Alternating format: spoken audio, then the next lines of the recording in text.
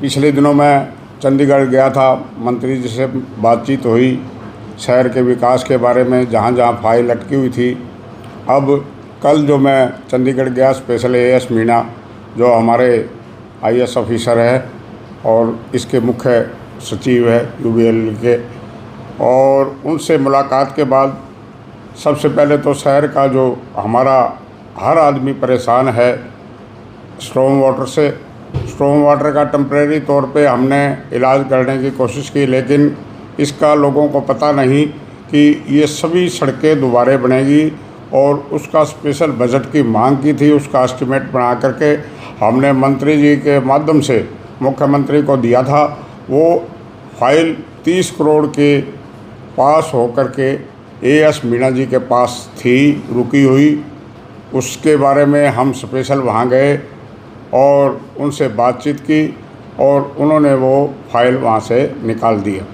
उस फाइल के अलावा सिरसा में हमें नगर परिषद नई बिल्डिंग का जो काम हमारा अटका हुआ था उसके बारे में भी चर्चा हुई और उन्होंने उस फाइल को भी निकालने का कार्य किया और उनसे अनुरोध किया गया।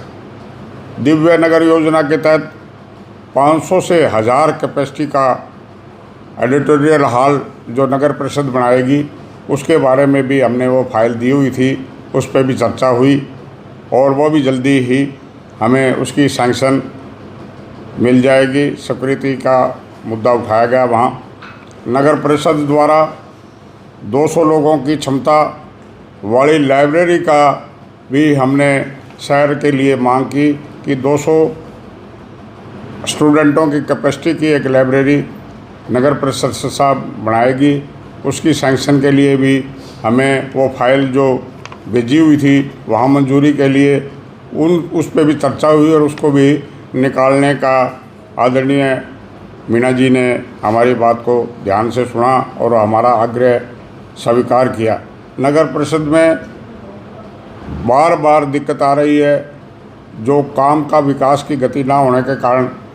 उसका कारण सबसे बड़ा ये है कि हमारे यहाँ 47 पद अब रिक्त पड़े हैं और जो मेन पद हैं उनके लगातार ट्रांसफ़र हो रहे हैं। इस पर चर्चा हुई।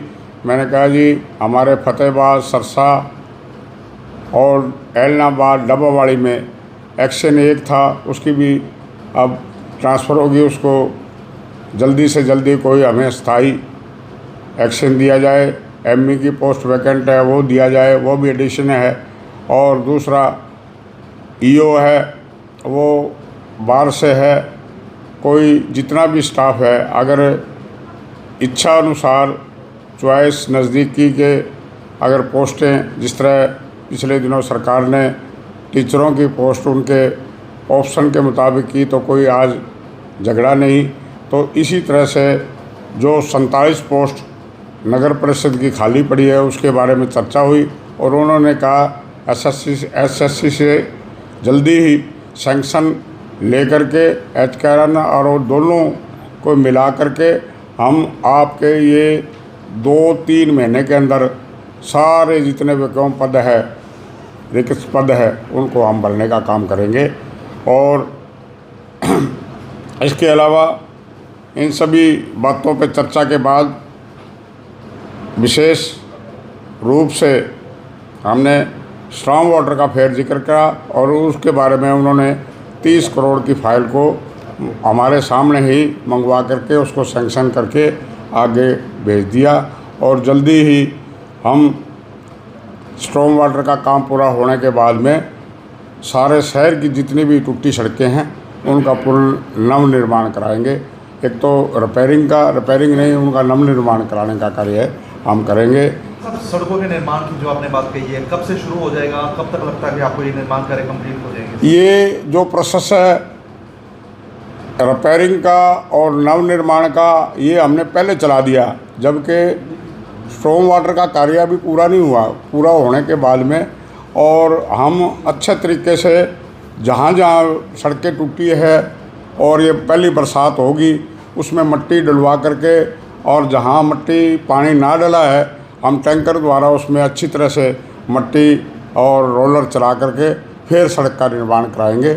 उसका उसके लिए हमने बजट ये मंगा ही लिया है। अब बजट की समझो शहर शिक्षा के लिए कोई कमी नहीं, क्योंकि आदरणीय नायब सैनी जी के नेतृत्व में हमारे हरियाणा विकास पार्टी के हलुपा के जो नेता हैं गोपाल कांडा जी, जो कि प्रदेश में उनकी नायब सैनी जी से भी, मनोहर लाल जी से भी अच्छी है। उसके अलावा भारतीय जनता पार्टी का तो एक सिस्टम है, सबका साथ सबका विकास, उसके माध्यम से आप लोग देख रहे हैं सरसा में हमारा विधायक भी नहीं है, पार्लियामेंट मेंबर भी नहीं है, फिर भी आप देख रहे हैं कि सिरसा में सबसे ज़्यादा और नहीं तो बराबर का हिस्सा हर विधायक सीट, हर पार्लियामेंट सीट के मुकाबले में आपको मिल रहा है। और विकास कार्य हम चाहते हैं कि इसी गति से चले, ताकि जो ट्रिपल इंजन की सरकार है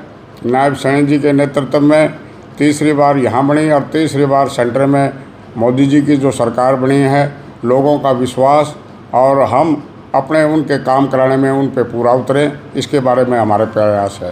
तो नई बिल्डिंग कब तक जगह चयनित हो जाएगी उसकी? बिल्डिंग का भी हमने चर्चा हुई, वो जल्दी सैंक्शन होके आ जाए और उसका बजट फिक्स है, क्योंकि सीएम अनाउंसमेंट का है, उसका पैसा यहाँ जमा है। जितनी जल्दी उसकी ड्राइंग वो पास होने के लिए गई है वो पास हो जाए, सैंक्शन मिले और वो काम चालू टेंडर होते।